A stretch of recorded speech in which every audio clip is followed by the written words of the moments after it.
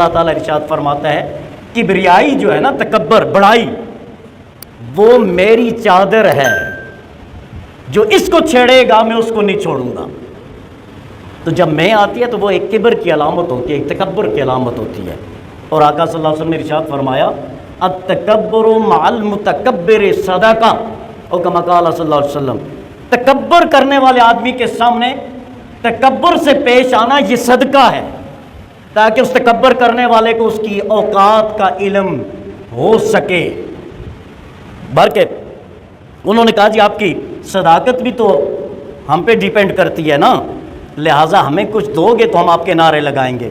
جس طرح وہی بات آ جاتی ہے، اب ناراض نہیں ہونا، میں کسی سیاسی پارٹی کو نہیں کر رہا، میں حقیقت بتا رہا ہوں کہ جو سیاسی جو لیڈر ہوتا ہے نا، وہ عام حیولے ٹائپ نہیں ہوتے، بڑے سمجھدار لوگ ہوتے ہیں۔ وہ محلے علاقوں سے 4-6 بندوں کو پہلے نوازتے ہیں، پیسوں کی صورت میں، لالچ کی صورت میں، نقد کی صورت میں، کیس کی صورت میں، آگے کے وعدے کی صورت میں۔ وہ پھر جب بڑے بڑے نعرے لگاتے ہیں تو چھوٹے مجھ جیسے جو ہے نا وہ پیچھے چل پڑتے ہیں کہ یار ہمارے علاقے کے یہ بڑے اچھے آدمی اگر یہ ادھر جا رہے ہیں اس کا مطلب ہے بندہ صحیح ہے۔ وہ اندر کا معاملہ ہمیں پتہ بہت بعد میں چلتا ہے۔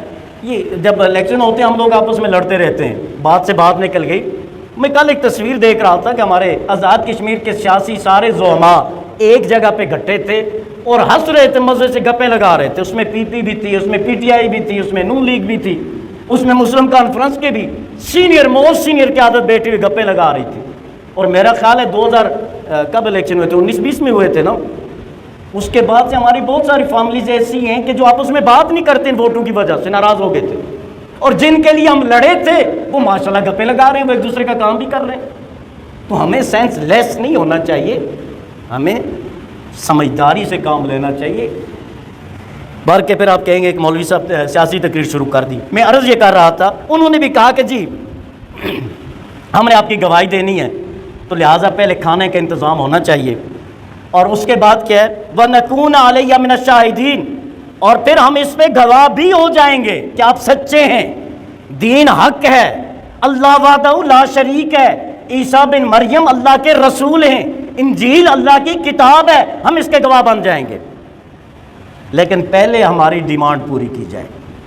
پھر وہی بات وہاں آ جاتی ہے کہ وہ 4-6 لوگوں کی آپ ڈیمانڈ پوری کر دینا، وہ پھر آپ کے جھنڈے بھی لہراتے ہیں، آپ کو سلام بھی کرتے ہیں، آپ کی کمپین بھی چلاتے ہیں، آپ کے لیے رستے بھی ہموار کرتے ہیں۔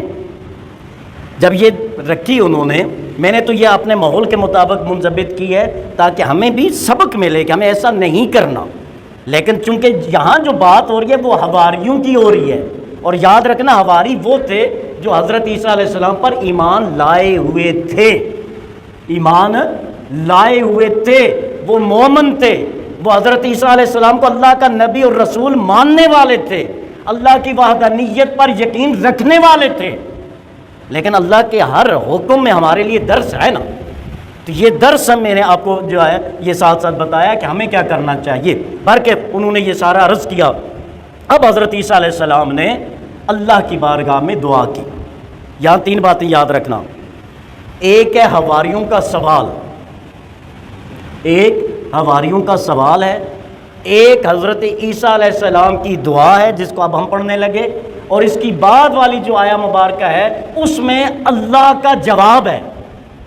کتنی چیزیں ہوئی؟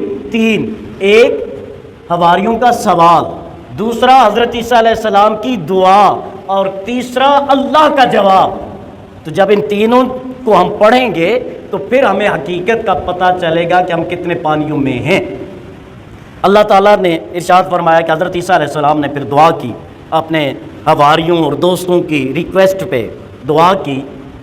قال عیسیٰ ابن مریم، حضرت عیسیٰ بن مریم نے عرض کیا، اللہم، اے اللہ، اے ہمارے اللہ، ربنا، جو ہمارے رب بھی ہیں، اے اللہ، اے ہم سب کے پالنے والے، انزل علینا مائدۃ من السماء، ہمیں آسمان سے ایک خوان نازل فرما، کھانا ہمیں عطا فرما، تکون لنا عیدن، جو ہمارے لیے عید بن جائے، تکون لنا عیدن، جو ہمارے لیے عید بن جائے، لِأَوَّلِنَا، ہمارے پہلوں کے لیے بھی وہ عید کا باعث ہو، خوشی کا باعث ہو، وآخرنا، ہمارے بعد والوں کے لیے بھی کیا بنے؟ وہ خوشی اور مسرت کا باعث بنے، وآیۃ منک، اور وہ تیری نشانی بھی ہو، وہ تیری نشانی بھی ہو۔ علماء فرماتے ہیں حضرت عیسیٰ علیہ السلام نے جو دعا مانگی اس میں اللہ تعالیٰ کے دو اسماء گرامی کا ذکر کیا، ایک اللہ اور ایک رب۔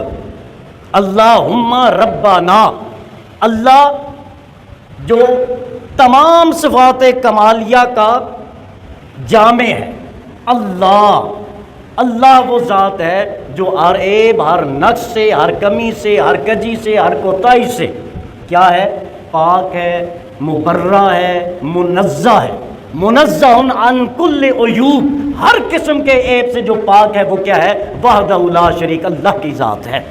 تو ایک اللہ کا اس میں ذاتی، اور چونکہ رزق مانگا جا رہا ہے، انزل علینا مائدۃ من السماء، رزق مانگ رہے ہیں، تو اس کے لیے اللہ کا اس میں گرامی صفاتی رب، رب کا معنی ہے پالنے والا۔ رب کسے کہتے ہیں؟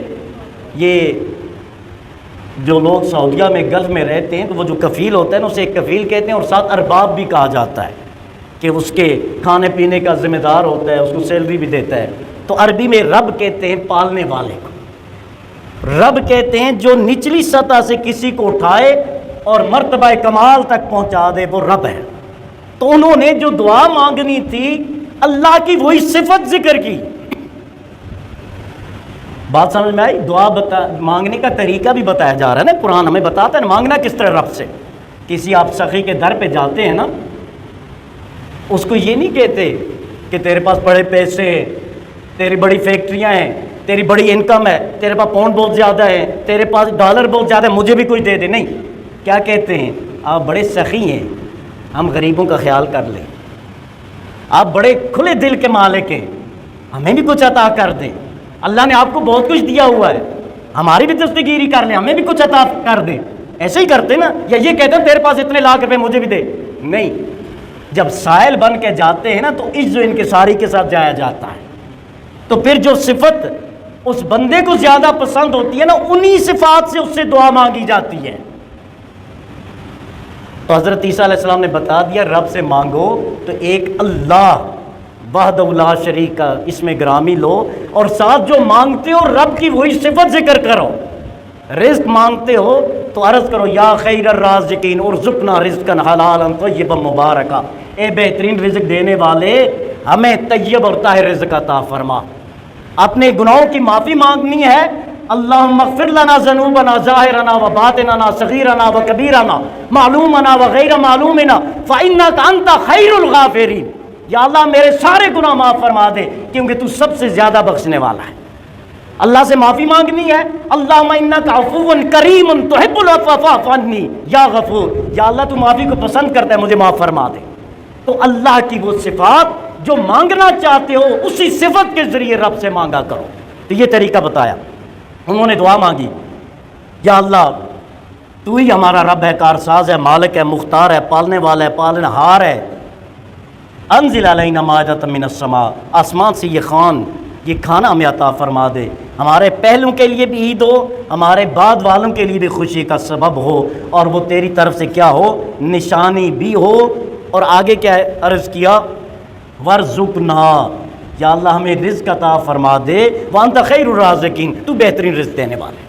بات سمجھ آئی؟ دعا کیسے کی جاتی ہے؟ پہلے اللہ کی تعریف بیان کریں، اللہ کی حمد بیان کریں، اللہ کی یکتائی بیان کریں، اللہ کی وحدانیت بیان کریں، اللہ کی عظمت بیان کریں، اللہ کی شان بیان کریں، اور پھر اللہ کی صفات بیان کریں۔ اور صفات میں سے وہ صفت ضرور بیان کریں جس کی آپ کو ضرورت ہے، جو آپ نے مانگنا ہے۔ بخشش مانگنی ہے تو رب کی صفت غفوریت کو بیان کریں، کرم مانگنا ہے تو رب کی صفت کریمی کو بیان کریں، عفو مانگنا ہے تو رب کی صفت عفو درگزر کو بیان کریں، اور اگر رزق مانگنا ہے تو رب کی صفت ربوبیت کو بیان کریں۔ اللہ اپنی صفات کے صدقے اور اپنے نبی کے صدقے یقیناً وہ عطا فرمانے والا ہے۔ تو انہوں نے دعا مانگی اور عرض کیا ورزقنا، رزق ہمیں عطا فرما، وانت خیر الرازقین، یا اللہ بہترین رزق تو ہی دے سکتا ہے۔